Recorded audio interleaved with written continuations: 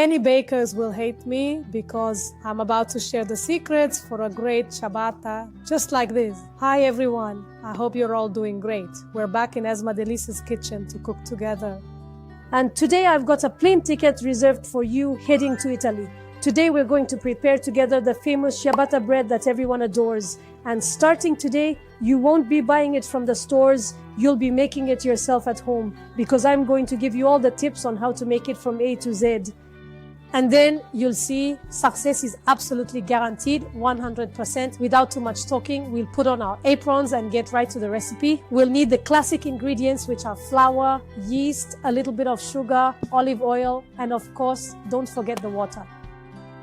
And if I have one piece of advice for you when you're making bread, try to make it in a larger quantity because it will truly be useful. Bread stores very well in the freezer. There's absolutely no issue with that. This is a professional's piece of advice. And with the time saved, you can dedicate it to something else. I'll weigh the ingredients with you. I'll knead the flour. You'll find all the ingredients below in the video. First, you absolutely must sift your flour. It's very important. You mustn't rush recipes when you need to sift flour. It's for a reason. Look at everything that's left. That will absolutely prevent your recipe from succeeding. The salt. We mix it all together. It's very important to mix the dry ingredients. As for the water, we'll aim for temperate, lukewarm water between 20 and 30 degrees. And now what's very important is to activate your yeast. I'll take the amount of water, I'll add the yeast. As I've already told you, the ingredients will be listed down below, right under the video. Now, for the sugar, I'm going to take a portion from my initial measured amount of flour. We're not adding any extra flour. I'm going to take 4 spoons and I'm going to mix them well with the water, the yeast and the sugar. I'll mix everything thoroughly and we're going to let it rest for 15 to 20 minutes at most, and then we'll come back for the next step. 30 minutes later, we take our liquid. I'm going to form a well, then I'll put my mixture inside and I'll try to combine the ingredients just with a spatula. You can also do it by hand, it works well. That way, by hand, you'll master it. You'll see the texture of your dough. But here, we don't really need to knead it much. We're just going to bring it all together. If you stick to the recipe with the exact ingredients I've provided, there won't be any need to add extra water. It's true that the dough will be a little bit sticky, but that's perfectly normal. That's exactly what we're looking for.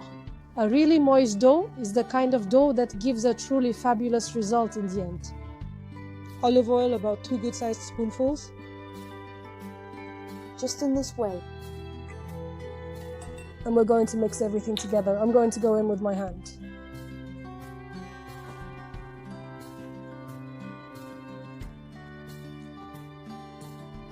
Honestly, there's absolutely no need for kneading. Just bring it all together and we'll truly give it the time it needs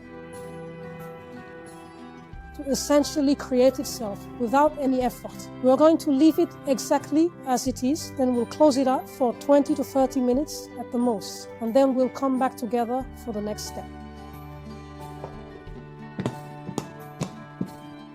Once 30 minutes have passed, we'll move on to the next crucial stage.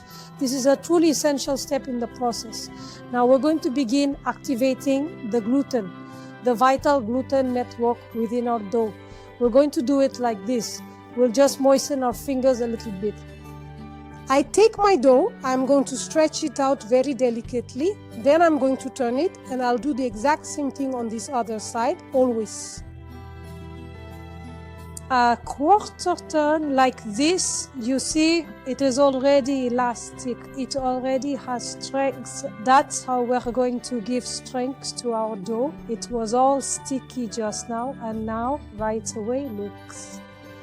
It has character, it has strength, it doesn't even tear at all. That means we are definitely on the right track. We're going to take our dough just like this, and I will perform these specific movements. Do these 2 or 3 times, and then we'll allow it to rest again for about 30 minutes, and we'll reconvene shortly for the continuation.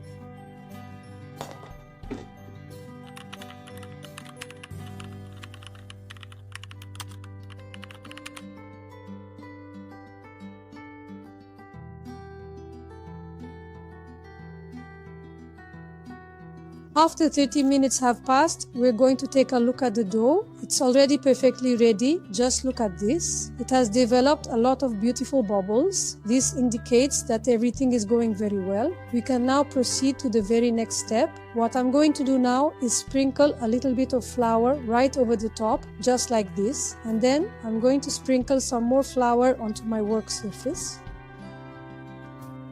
There you have it, all of this, just to make sure it doesn't stick. And now I'm going to work on it for a bit, trying to unstick it from this spot without degassing it. We want to keep all the bubbles that are inside. I'm just going to loosen it from the edges on the sides to make sure it detaches easily when I go to remove it. Just like this, there we go. I think we've got it just right now. And I'm going to carefully turn it out onto the work surface, just like this. I'll make sure to sprinkle a good amount of it right here as well.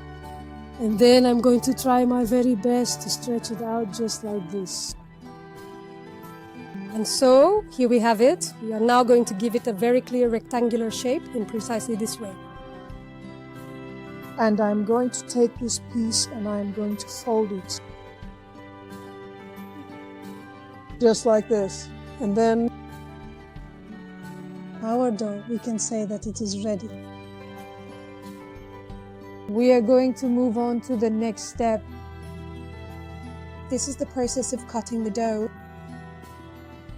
I'm going to take my dough cutter. Right next to it, I've prepared a baking sheet with parchment paper. Now I'm going to flour it. Always flour the dough cutter, and I'll go back between my rolls like this. I'll try to pick them up one by one like this to give them the right shape with my dough cutter.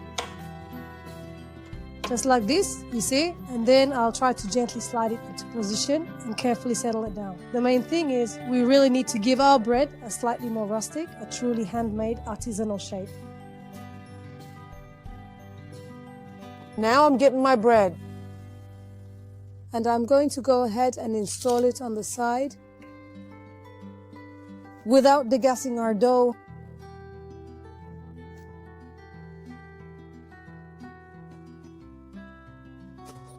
I'm going to do exactly the same. You really have to proceed very delicately. I'm trying to get it installed right there.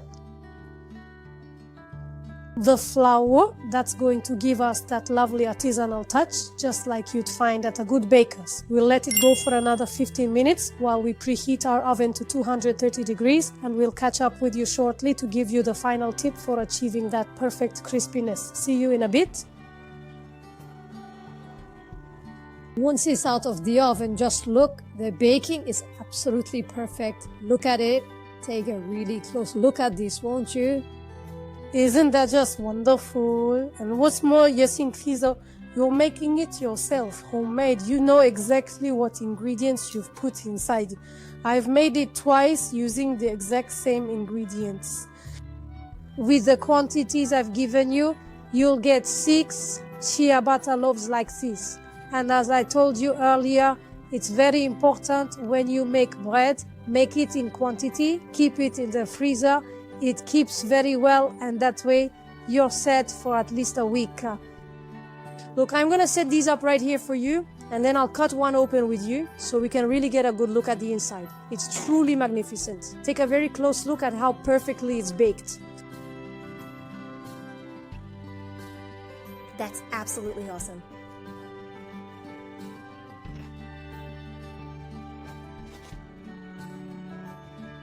I'm going to cut one open to see what the inside looks like. And for the verdict, you'll have to inspect it thoroughly, both on the inside and the outside. It's really wonderfully light and airy. It's just absolutely brilliant. With a little bit of butter and a drizzle of honey right on top. It's truly, truly fantastic. If you wish to delve deeper, I offer specialized bread workshops. The direct link can be found just below in the video's description. Thank you very much for watching. Please don't hesitate to subscribe and like the video if you enjoyed it. Also, make sure to activate the little bell. That way, you'll be notified every single time there's a new video. Thank you so much, and I'll see you in the next one. Bye-bye.